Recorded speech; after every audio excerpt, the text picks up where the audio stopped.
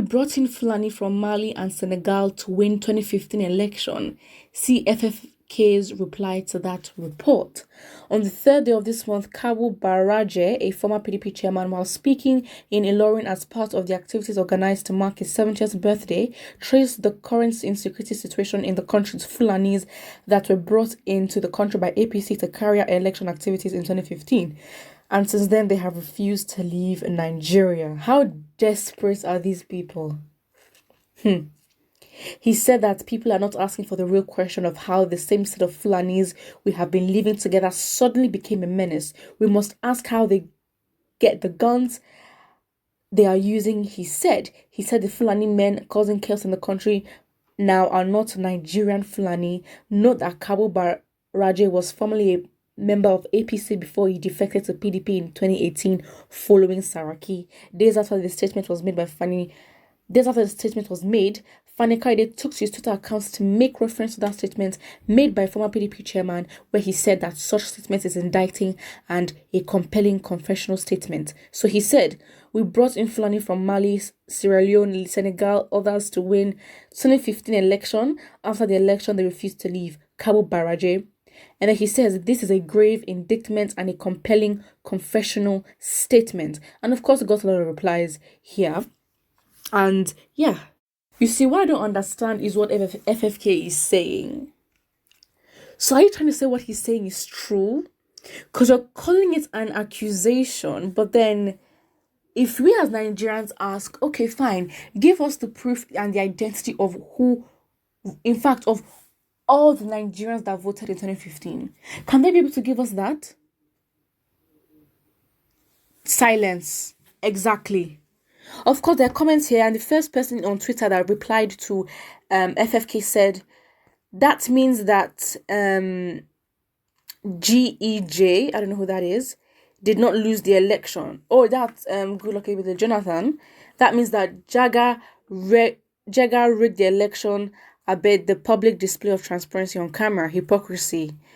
Nothing will be done. Can Southerners do like that and still be breathing fresh air? So the day will be utterly rejected and ejected. The day they will be utterly rejected and ejected out of Nigeria is fast approaching. And after all, they are not Nigerians naturally. I don't even think we have to blame them. Like, they're just doing their job. Like, because again, we know how corrupt this government is.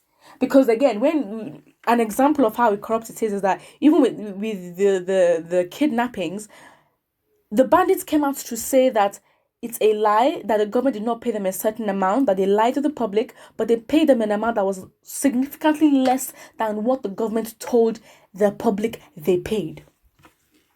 So now, if you think this same government, this APC government, is able to bring in strangers into the country to rig in elections, it is very likely that they did not even keep up to the end of the deal for the strangers, and so they're like, we're not gonna leave until you pay us what is due.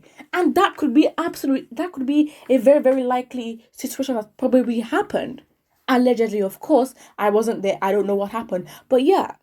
So again, why do these people not want to leave? Especially again, and it's like, what deal did you have? Like, it's so embarrassing at this point how the government is they don't even have the sort of respect for the people to try and hide this. To try and make up a contract that says, okay, you vote and then you leave the country. No. You probably didn't keep up to the end of your bargain and they stayed, and now they're getting very angry because they've been patient enough. That's what's most likely happened. I know. Source is me. So it's just so sad. Because again, comments here are saying that, you know what, they're going to leave soon. We're going to chase them away. That's not going to happen. The government that brought them in here needs to take them away. Because now, the government has caused problems for the Nigerian public. And now the Nigerian public is now expected to fix it. I mean, we can fix it, yes, by holding the government accountable and forcing them to take care of these people that they brought in. Because this is highly unacceptable. A comment here says, a must-win 2015 election without any plans for Nigeria. Where is the patriotism? Their plan was to ruin the country. Don't you get it? Their plan was to ruin the country. It seems like they're succeeding. Someone here says, true talk, bro. Nobody has been prosecuted. Some people go as long as meeting the bandits, mediating as spokesperson. I don't even want to read the comments because I'm actually getting annoyed. The fact, like, I believe at this point, I think the Nigerians I think they understand that they live in a seriously abnormal country. I believe that Nigerians need to go and live in any other part of the world to gain grip and reality of what life should be like. It's not fair, but we're just so behind, and our minds are just in a different planet. A different planet. Because, example, I don't even know what to say because what? For example, in the UK, if the people should find out that their government were negotiating with band, I can't even say it because I know that these people safe. Them too, they are crazy and they will show it. They will. Because they understand it's their right to vote, and the government has been consistent with letting them do that and letting them protest as well. It's their right to protest. So just imagine the uproar. Because I just feel like we're just too relaxed. There has to be an uproar. And I believe that there's no uproar because we're still all very, very selfish. And it's very, very true. But then again, one can argue, why should a Nigerian not be selfish? There are things that lead to that. Of course, it is your choice.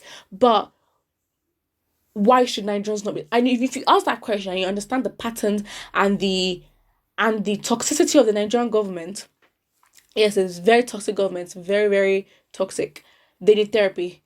If you understand, like in a way, it's sort of okay for Nigerians to protect themselves and have their guard up because it's all about survival.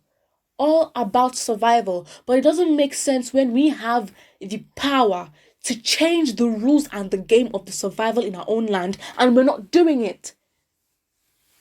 We understand we have to survive, yes, but it is our country, and we as indigenes of that country, we can decide how we want the rules of survival to go, to play like. And we follow that.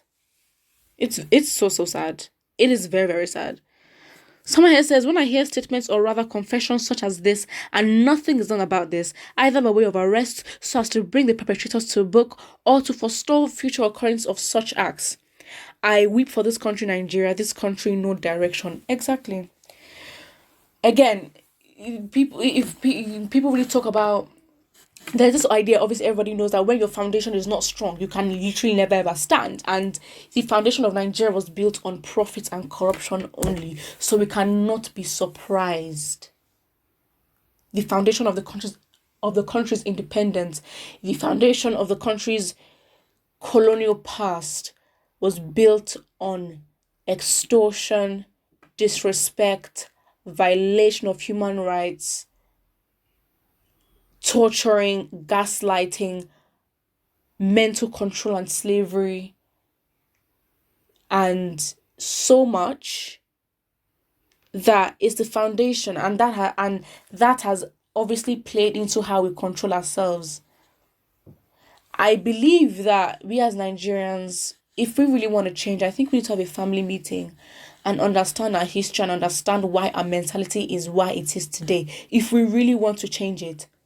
Because a lot of things, we don't have the general acceptance of the colonization that has happened.